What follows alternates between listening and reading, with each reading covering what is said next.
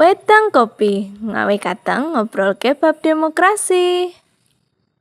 Assalamualaikum warahmatullahi wabarakatuh. Waalaikumsalam warahmatullahi wabarakatuh. Jalan-jalan ke pasar Argosari. Cakep. Jangan lupa membeli kopi. Cakep.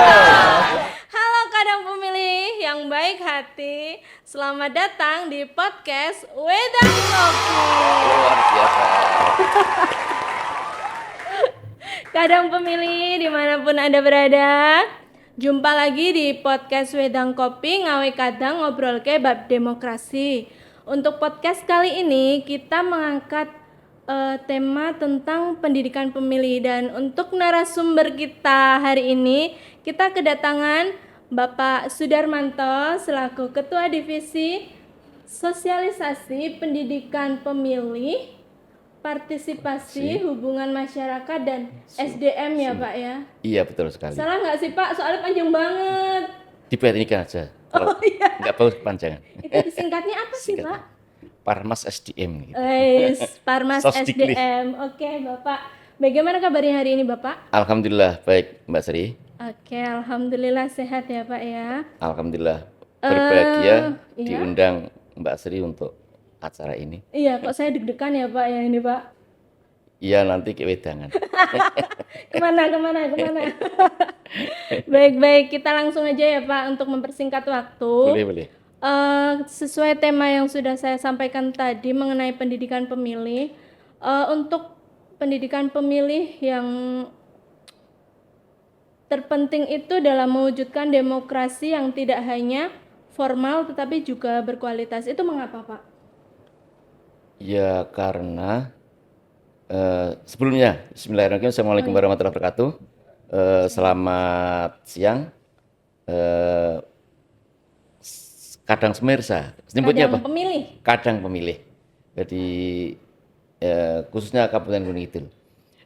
Berkaitan dengan pertanyaan Mbak Sri, berkaitan dengan pendidikan pemilih itu bukan hanya secara kuantitas tapi berkualitas. Ya karena betul. Satu hal, bahwa di demokrasi itu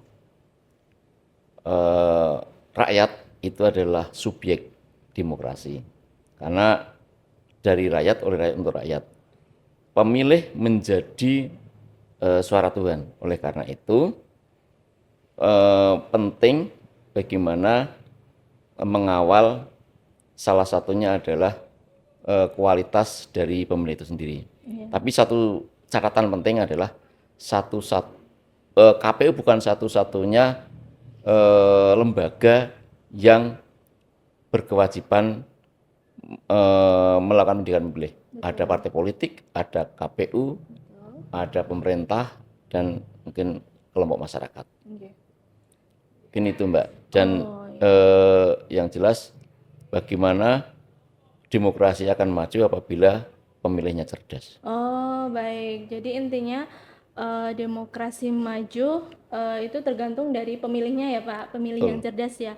Baik, untuk selanjutnya tadi mungkin Bapak sudah menyinggung terkait kelompok masyarakat.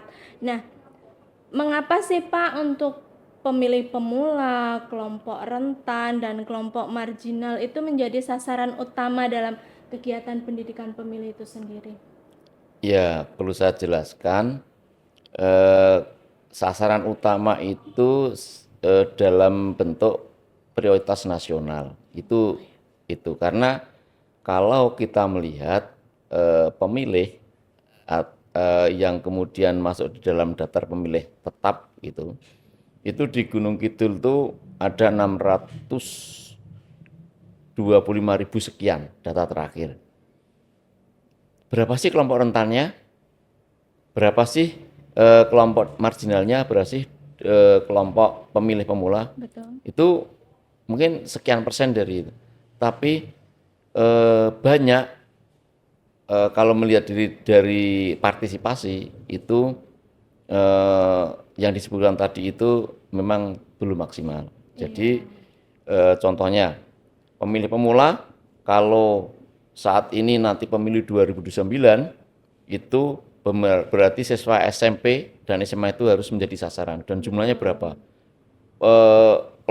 generasi Gen Z itu sangat besar, makin menjadi perhatian penting. Yang kedua, kelompok rentan disabilitas itu juga banyak, tapi dari data partisipasi tidak tidak maksimal juga. Betul. Itu juga perlu. Terus yang ketiga itu kelompok marginal.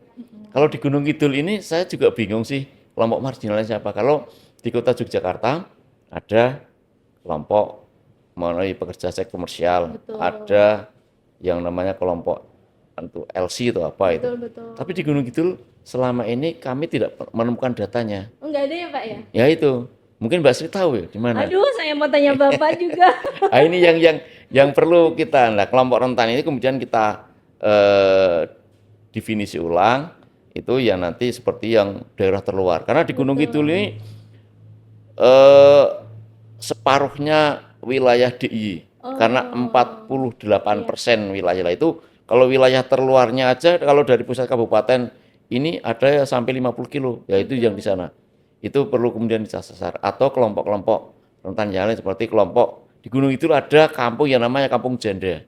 Ini juga, iya ada itu ternyata. Saya tahunya dari YouTube juga. Nah itu bisa itu kita sasar. Ada, bisa besok kita ke sana. Boleh. Ini perlu kita sasar agar kemudian kalau ini memang kemudian masuk ranah marginal atau rentan ya bisa kita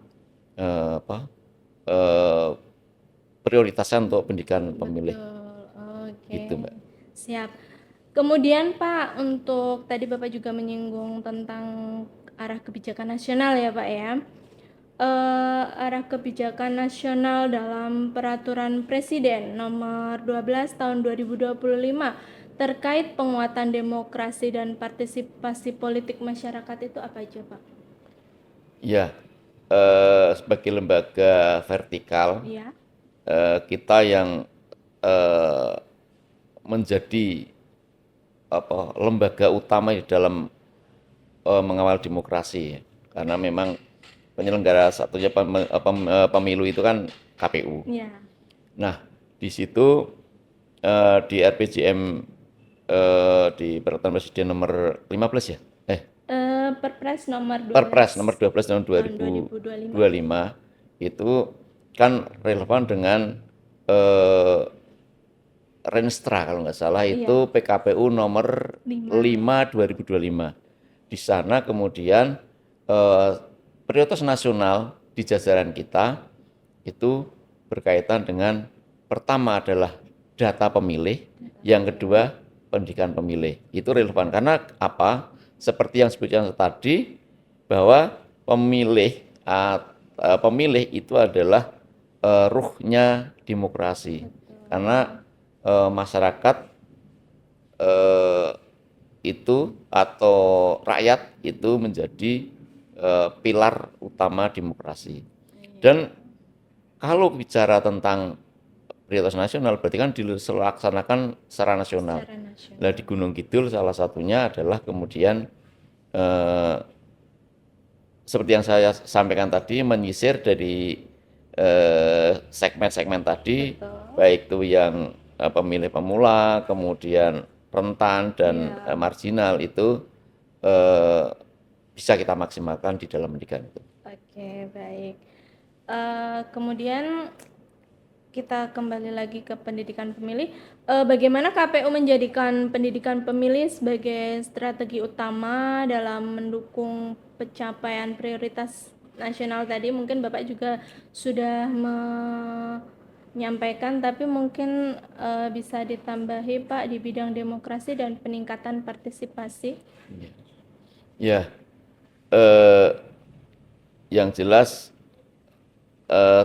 tingkat capaian keberhasilan pemilu itu kan sekarang diukur salah satunya dari unsur partisipasi. Iya. Bersama dengan itu KPU Gunung Kidul punya komitmen berkaitan dengan prioritas nasional. 3 komponen tadi, 3 segmen tadi kita coba karena memang dari KPU RI yang masuk prioritas nasional itu adalah pertama data pemilih melalui kalau itu di ranahnya divisi data, itu pemutaran data pemilih berkelanjutan. Lah kita itu di penguatan pemahamannya, penguatan pemilihnya tentang bagaimana menjadi pemilih yang cerdas, pemilih yang berkualitas. Oke, siap. Mungkin terakhir aja Pak, apa yang ingin disampaikan kepada kadang pemilih di rumah terkait supaya kadang pemilih itu paham akan pendidikan pemilih, mereka yang harus dilakukan tuh apa aja? Monggo ada yang bisa disampaikan kepada kadang pemilih Ya, sebagai closing statement.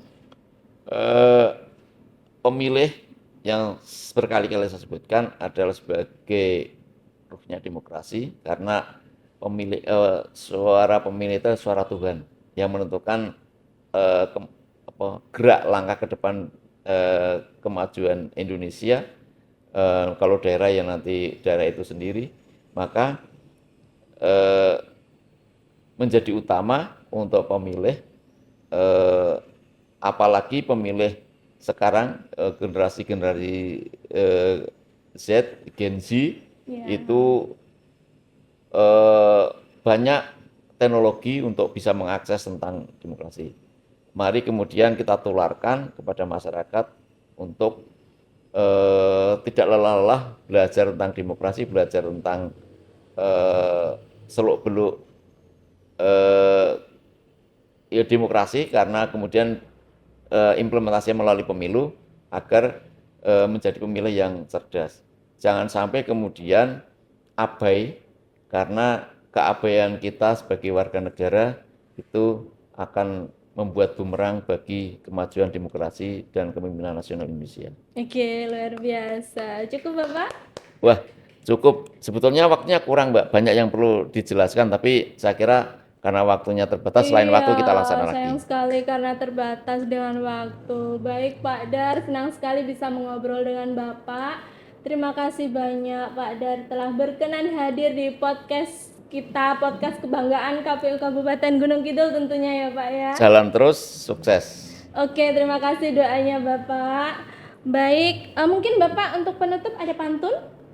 Waduh, saya tipe orang yang tidak romantis. Aduh, baik kalau begitu izin ya Pak saya. Tadi kan pembukaan pantun, Iya. sekarang penutupan izin saya pantun lagi ya. Boleh, boleh. Ini masih berhubungan dengan kopi sih Pak, soalnya kan kita wedang kopi ya. Baik, minum kopi di sore hari, ditemani camilan hangatnya roti. Terima kasih kadang pemilih yang sudah menemani. Sampai jumpa lagi di podcast Wedang Kopi. Akhirul kalam, wassalamualaikum warahmatullahi wabarakatuh. Waalaikumsalam warahmatullahi wabarakatuh. Terima kasih Pak Dar.